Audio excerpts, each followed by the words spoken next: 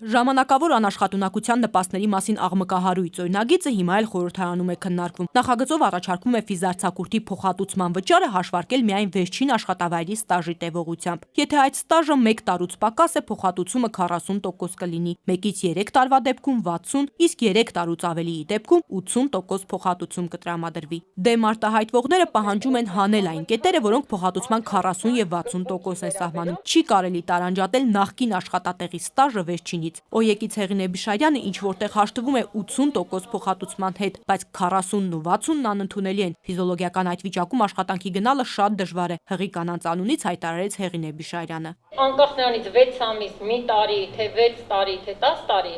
հստակ պետք է հաշվարկը կատարել 100%-ի չափով, հաշվի առնելով նրա ֆիզիկական վիճակը։ Մեր ինչին է պետք այս օրենքի նախագիծը եւ ո՞րն է այս օրենքի կարգավորման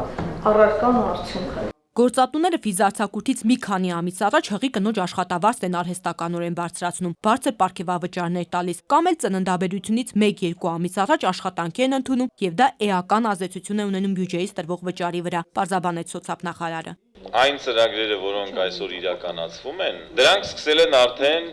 իրենց նպատակից շեղվել։ Վերջին տարիներին ծախսերը մոտ 3 անգամ ավելացել են, բայց ծնելիությունը չի աճել։ Այդ նշանակում մենք խնդիր ունենք։ Եթե այս գործընթացը շարունակվի, լուրջ խնդիրների առջև կկանգնենք ծախսերի ավելացման եւ արդյունավետության առումով, շարունակեց Արտեմ Ասատրյանը։ Եթե հանկարծ մենք պարզենք, որ դրանք բոլորը օբյեկտիվ գործոններով են պայմանավորված եւ այդ ծախսերը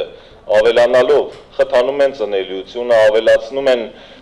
ծնունդները եւ խրախուսում են ժողովրդագրական իրավիճակի բարելավումը, հավատացած եղեք, կառավարությունը, հանրապետական կուսակցությունը